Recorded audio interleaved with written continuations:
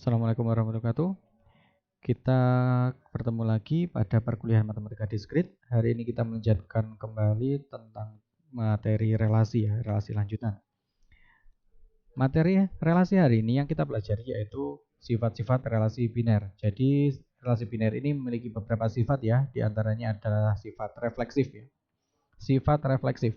Nah, relasi R pada himpunan A akan disebut refleksif atau memiliki sifat refleksif jika elemennya bertemu dengan dirinya sendiri, yaitu A, A. Nah, ini anggota elemen R, anggota himpunan relasi. Untuk setiap A ini adalah anggota elemen dari himpunan A. Nah, dan sebaliknya, relasi R pada himpunan A disebut tidak refleksif atau sifatnya tidak refleksif jika ada A yang merupakan anggota elemen A, sedemikian sehingga A, A itu bukan merupakan elemen dari himpunan relasinya. Jadi kalau tidak ada A, dari dirinya dari anggota elemennya, maka itu tidak disebut dengan himpunan yang bersifat refleksif. Nah, misalkan di sini ada himpunan A, elemennya ada 4, yaitu anggotanya yaitu 1, 2, 3, 4. Nah, relasi R di bawah ini didefinisikan pada himpunan A. Ini ada dua relasi R ya. Relasi R pertama, anggota elemennya ada 1,1, 1,3, 2,1, 2,2, 3,3, 4,2, 4,3, dan 4,4. Ini disebut refleksif. Kenapa? Karena ini tadi anggota elemen dari himpunan A ada 4. Ya. Ada 4, 1, 2, 3, 4. Dan masing-masing itu memiliki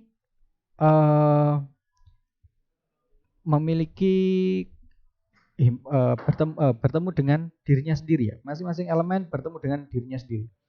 Yaitu di sini ada A, A ya masing-masing ya. Ini ada 1,1, ada 1, ada 2,2, ada 3,3. Ini juga ada. Kemudian 4,4 ada. Jadi ada 4, keempat-empatnya dari elemennya itu bertemu dengan diri sendiri.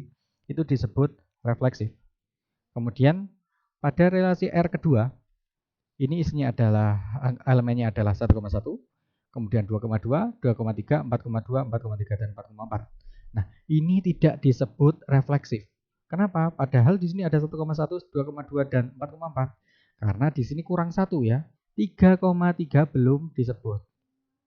3,3 ini enggak ada di sini di relasi R yang kedua. Di sini yang 3 ini tidak ada sehingga ini disebut tidak refleksif.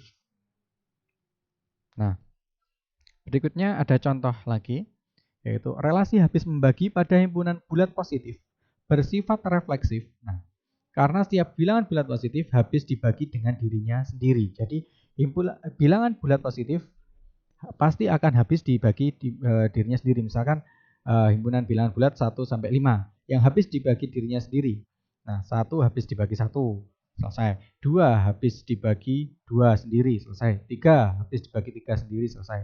4 habis dibagi 4 sendiri, selesai. Kemudian 4 habis dibagi 2. Kemudian 5 habis dibagi dirinya sendiri, selesai. Nah, itu masing-masing 1,1, 2,2, 3,3, 4,4 dan 5,5 itu ada. Sehingga itu tetap disebut refleksif untuk bilangan yang habis membagi, termasuk membagi dirinya sendiri. Nah, contoh berikutnya, ada 3 buah relasi di bawah ini yang menyatakan relasi pada himpunan bilangan bulat positif N. Nah, ini ada yang pertama, ada X R, ada himpunan relasi R, itu X lebih besar dari Y. Berarti nanti kalau ketemunya ini adalah 1,2, X-nya lebih besar ya, X, Y-nya. Jadi 2,1, 3,2 dan seterusnya. 10,1 dan seterusnya. Nah, kemudian untuk relasi berikutnya adalah relasi S. S ini adalah X plus Y sama dengan 5. Otomatis ini penyusunnya adalah paling tidak 1 plus 4, 2 plus 3, 3 plus 2, atau 4 plus 1, atau 5 plus 0. Nah, kemudian yang terakhir adalah relasi T. Relasi T ini adalah 3X plus Y sama dengan 10. Ini misalkan X-nya ini 1, 3 kali 1 plus Y sama dengan 10. Berarti Y-nya 7. 3 kali 1, 3. Kemudian tambah 7, 10. Kemudian X-nya ini, misalnya X-nya dirubah jadi 2. 3 kali 2, 6. Berarti Y-nya ini adalah 4. Kemudian kalau 3 X-nya ini adalah 3. 3 kali 3, 9. Y-nya 1. Nah, ini nggak pernah ketemu, tiga-tiganya ini tidak merupakan relasi bersifat refleksif ya, karena tidak ada satupun yang bertemu dengan dirinya sendiri. Oke, itu refleksif. Nah, untuk relasi yang bersifat refleksif akan punya matriks yang elemen diagonal utamanya semuanya bernilai 1. Ini ya elemen diagonal utamanya. Ini kan misalkan di sini adalah 1, di sini 1, di sini 2, di sini 2, 3, kemudian 3, 4 dan seterusnya. Nanti dia pada posisi yang bersesuaian, dia pasti akan bertemu dirinya sendiri. Ini penggambaran dari matriks ya untuk himpunan yang bersifat untuk himpunan relasi yang bersifat refleksif. Berikutnya graf berarah. Nah, untuk graf berarah pada relasi yang bersifat refleksif akan dicirikan dengan adanya simpul ya atau adanya gelang ya. Jadi gelang pada titik. Gelang pada titik ini ada gelangnya seperti ini. Misalkan ini merupakan 1. Ini ada gelangnya seperti ini. 2. Nah, 2 seperti ini. Ini ada gelangnya juga. Nah, ini ciri dari himpunan refleksif. Nah, untuk semuanya, misalkan elemennya ini ada 1 sampai 5. 1, 2, 3, 4, 5. Semuanya, masing-masing dari elemennya harus semuanya ada gelangnya ini. Baru dia disebut refleksif. Jika satu saja, maka dia disebut tidak refleksif. Seperti itu. Itu untuk sifat refleksif. Berikutnya adalah sifat menghantar atau transitif. Nah, relasi R pada himpunan A disebut menghantar jika A, B itu merupakan elemen dari R dan B, C itu juga merupakan elemen dari R. Maka A, C merupakan elemen dari R. Untuk anggota elemen A itu adalah A, B, C. Seperti itu. Jadi A, B, B dan B, C. Nah, juga ada A, C. Jadi ada 3 hubungannya, AB, BC, dan AC. Nah, dan semuanya sambung menyambung A, B, B, C. Nah, maka A, C. Seperti itu. Itu menghantar. Nah, langsung saja masuk ke contoh. Misalkan himpunan A di sini ada elemennya ada 1, 2, 3, dan 4. 1, 2, 3, dan 4.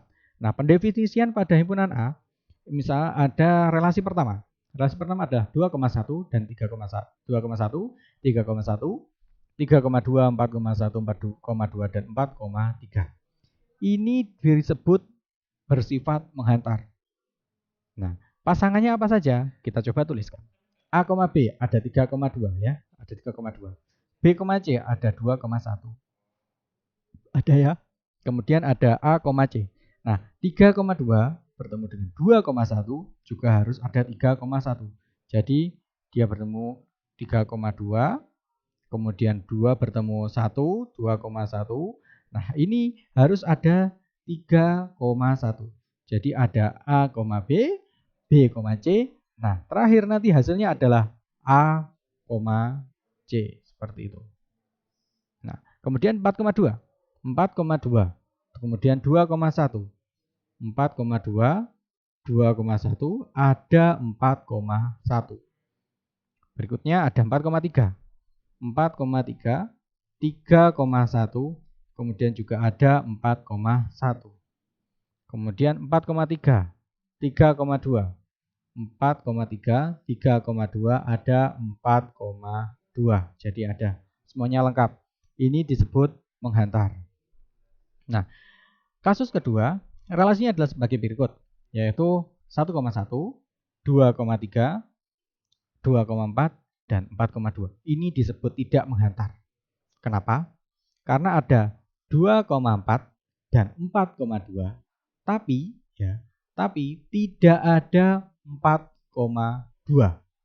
2,4 dan 4,2, tapi tidak ada 2,2. Jadi ada 2,4, 4,2, tapi tidak ada 2,2. Ini disebut tidak menghantar.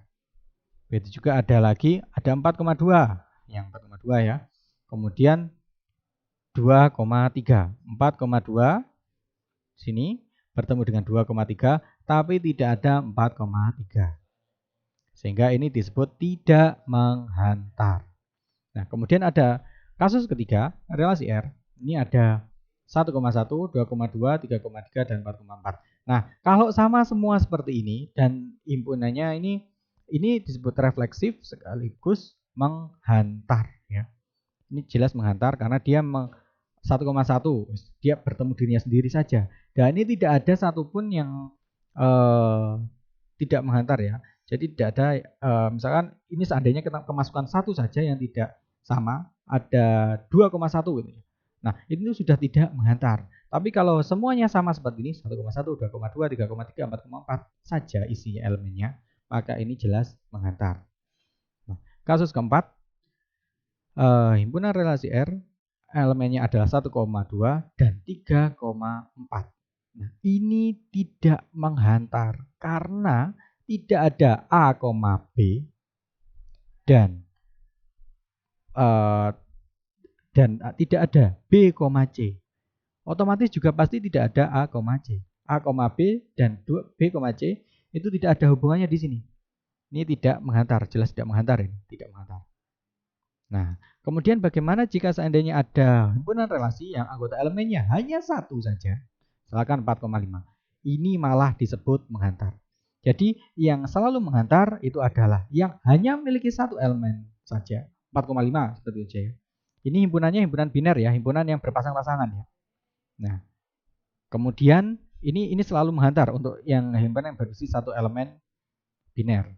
Nah, berikutnya kalau seandainya ada yang isinya nanti semuanya sama, misalkan isinya hanya 3 saja ya, tapi isinya itu adalah 1,1, 2,2 dan 3,3. Nah, itu juga jelas menghantar. Itu sifat dari menghantar. Tapi jika seandainya setelah 1,1, 2,2, 3,3 ada 3,1. Nah, itu kan seharusnya ada 1,3. Jadi 1,1 ketemu dengan 1,3. Nah, itu nanti harusnya 1,1 ketemu 1,3 misalkan 1,1 bertemu dengan 1,3 harusnya ada 1,3. Oh iya, itu masih menghantar. Oke. Nah, misalkan ketemu 4,2 di situ. Maaf, kita cari yang berbeda saja. Misalkan 4,5. Nah, di situ jelas tidak menghantar.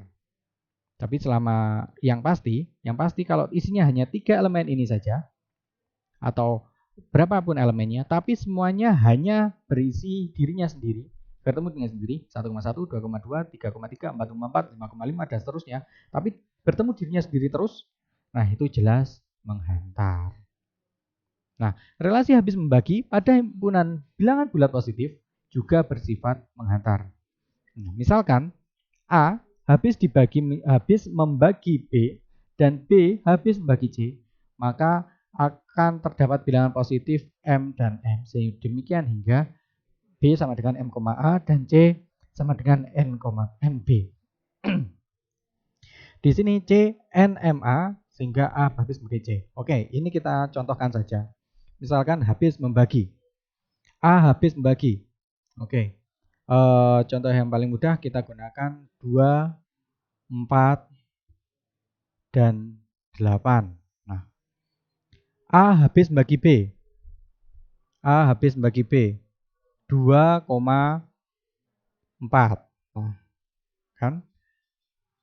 Kemudian B habis membagi C.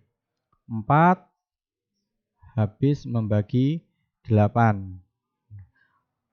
Kemudian harus ada hubungan A, C. 2,8. Ini yang disebut habis membagi. Jadi jika A habis membagi B dan B habis membagi C, otomatis A akan habis membagi C. Seperti itu saja. Nah, berikutnya 3 buah relasi di bawah ini menyatakan relasi pada himpunan bilangan bulat positif N. Nah, ini ada kasus ya. ada relasi R ini sama seperti tadi sepertinya. Nah, X lebih besar dari Y. Jadi himpunannya itu X-nya selalu lebih besar. 2,1, 3,1, 4,1 dan seterusnya. Nah, 4,2 dan seterusnya. Intinya Y-nya selalu lebih kecil dari X. Nah, berikutnya X plus Y sama dengan 6. Nah, di sini berarti ini bisa jadi ini 1, 5, 5, 1, ya kan? 1, 5, 5, 1, kemudian 2, 4, 4, 2, kemudian 3, 3. Nah, ada itu. Jadi ada berapa isinya? Tidak ada bilangan 0 ya, misalkan. Jadi 1, 5, 2, 1, 5, 5, 1, kemudian 2, 4, 4, 2, dan 3, 3. Isinya ada 5. Kemudian berikutnya T. 3X plus Y. Berarti seperti tadi. 1, kalau ini 1, berarti kan ini otomatis 3. 5, 7. 1,7. Berikutnya 2. 2 di sini 2 kali 3, 6. Berarti Y-nya adalah 4. Berarti 2,4. Kemudian 3. 3 kali 3, 9. Y-nya berarti 1. Jadi 3,1. Ada 3 isinya di sini. 1,7, 2,4, dan 3,1. R adalah relasi menghantar. Karena jika X lebih besar dari Y, X lebih besar dari Y, dan Y lebih besar dari Z, maka X otomatis pasti lebih besar dari Z. Jadi di sini nanti akan ketemu ya. Di sini nanti akan ketemu menghantarnya.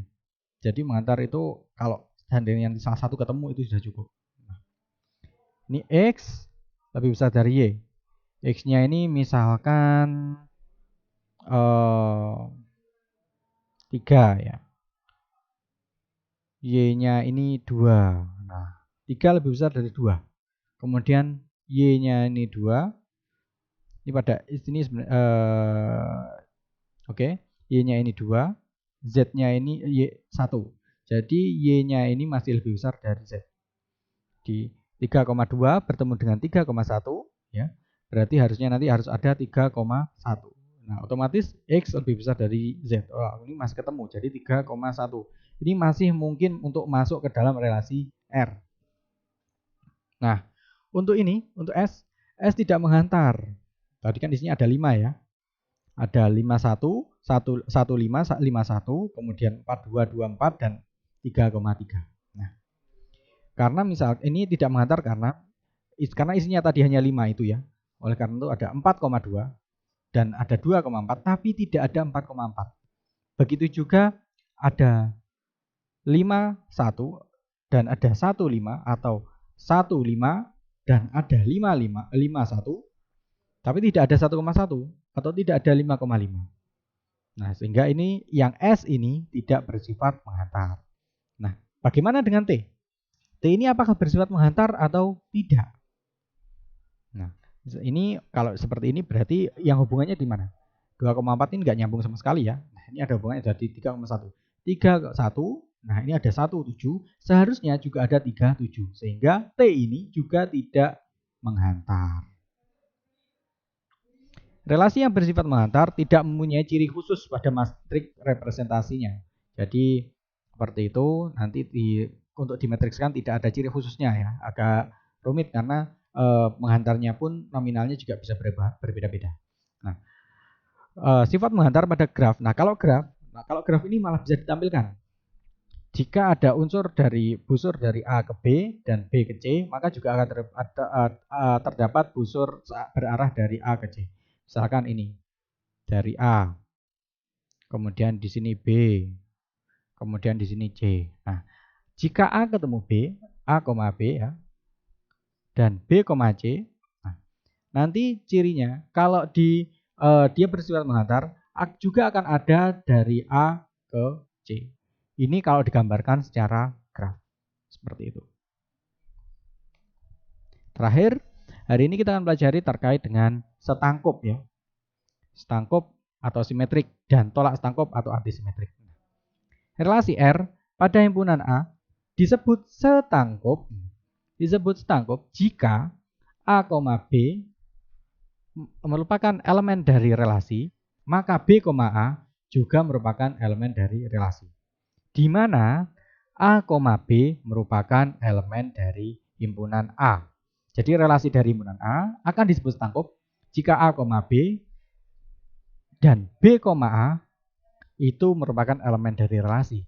Di mana A, B itu juga merupakan elemen dari himpunan A. Nah, nanti supaya lebih jelas akan kita jelaskan pada contoh. Kemudian berikutnya, relasi R pada himpunan A tidak setangkup jika A, B adalah himpunan relasi, tapi B, A tidak termasuk dalam anggota himpunan relasinya. Jadi jelas tidak setangkup. Nah, kemudian ada tolak setangkup. Relasi R pada himpunan A demikian hingga A, B adalah relasi R dan B, A adalah relasi R hanya jika A sama dengan B. Nah, kalau A dan B-nya ini adalah bilangan yang sama, maka itu disebut tolak setangkup. Mudahnya seperti itu saja.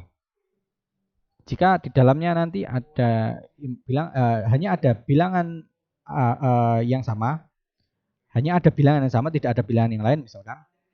Nah, itu disebut tolak setangkup. Mudahnya seperti itu. Karena dia ketemu sini sendiri ya. Refleksif tapi ditolak setangkup. Nah, relasi R pada himpunan A tidak tolak setangkup jika ada elemen yang berbeda. Nah, jika ada elemen yang berbeda, A dan B tadi adalah himpunan sama kan? Jika ada himpunan C yang berbeda, nah itu disebut tidak tolak setangkup. Kita coba pada contohnya langsung. Misalkan A ini anggota elemennya ada 4, 1, 2, 3, 4. Dan relasi R di bawah ini didefinisikan pada himpunan A. Ada 3 kasus. Kasus pertama, relasi R ini isinya adalah 1,1, 1,2, 2,1, 2,2, 2,4, 4,2 dan 4,4. Ini disebut setangkup. Karena jika A, B adalah relasi R, maka B, A juga merupakan relasi R, merupakan elemen dari R. Jadi contohnya adalah 1,2. Nah, sebaliknya 2,1. Ini merupakan elemen dari R. Dan juga ada 2,4 dan 4,2. Ini juga merupakan elemen dari R. Jadi masing-masing elemennya yang bersesuaian. Ini ya. 1,2 dan 2,1. Kemudian 2,4 dan 4,2. Ini saling bolak-balik ada semua. Jadi ini disebut setangkup atau simetris. Jika seandainya tidak ada ini, tapi hanya ada yang sama saja 1,1, 2,2 dan 4,4, maka itu disebut tolak setangkup. Tapi karena ada ini, ada 1,2 dan 2,1, terus 2,2, 2,4 dan 4,2, sehingga dia tidak tolak setangkup ya, tapi dia sifat setangkup. Kasus kedua, relasi R ada 1,1, 2,3, 2,4 dan 4,2. Ini tidak setangkup. Kenapa? Karena ada meskipun ada dua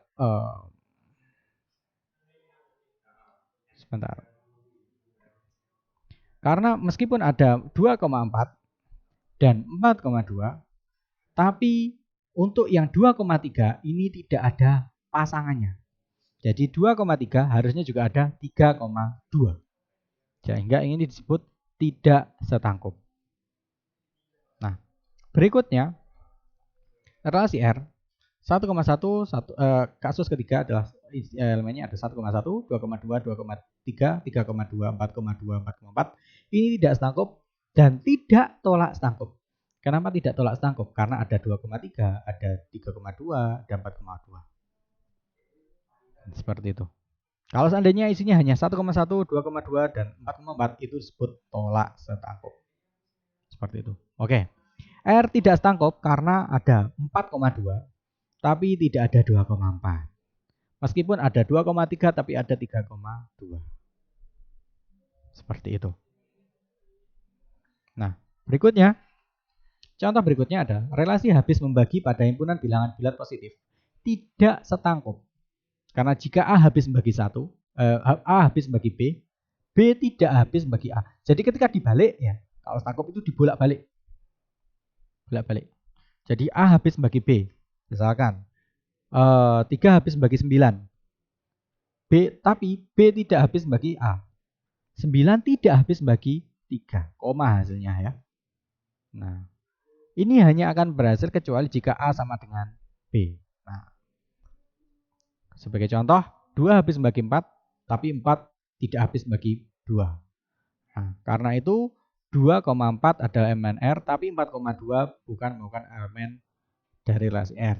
Relasi habis membagi ini nanti akan menjadi tolak setangkup jika di A habis membagi B dan B habis membagi A, tapi A dan B itu adalah bilangan yang sama. Misalkan contohnya adalah 4 habis membagi 4,4. Karena ini adalah bilangan yang sama, ya. Ini menjadi tolak setangkup. Oke, berikutnya ada 3 buah relasi. Di bawah ini menyatakan relasi pada himpunan bilangan bulat positif N. Ini kasusnya sama yang tadi, X lebih besar dari Y, kemudian X plus Y sama dengan 6, dan 3X plus Y sama dengan 10. Nah, R bukan relasi setangkup. Ya. Karena misalkan 5 lebih besar dari 3, maka tidak ada sebaliknya, 3 lebih besar dari 5. R ini jelas tidak setangkup.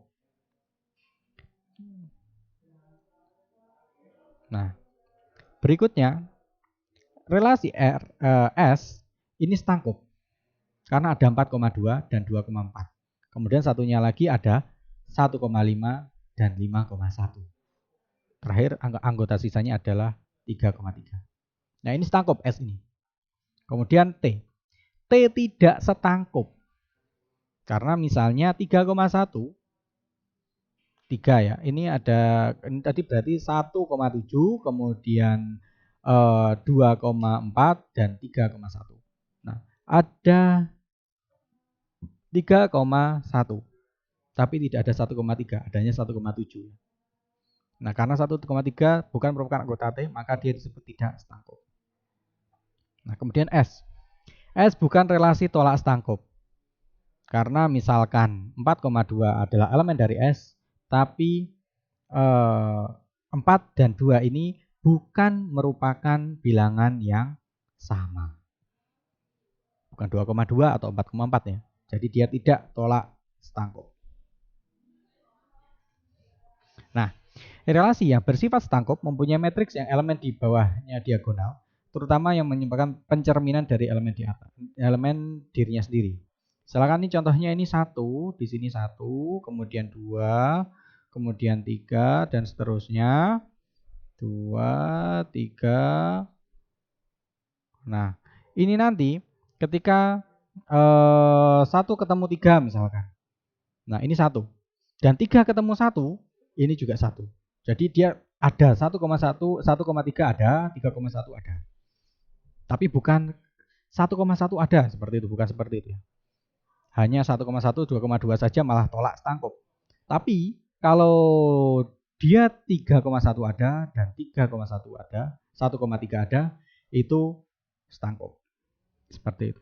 Mungkin di bawahnya nanti ada 4, 4,2. Nah, 4,2 di sini. Di sini misalkan ada 4. 4,2 di sini 1.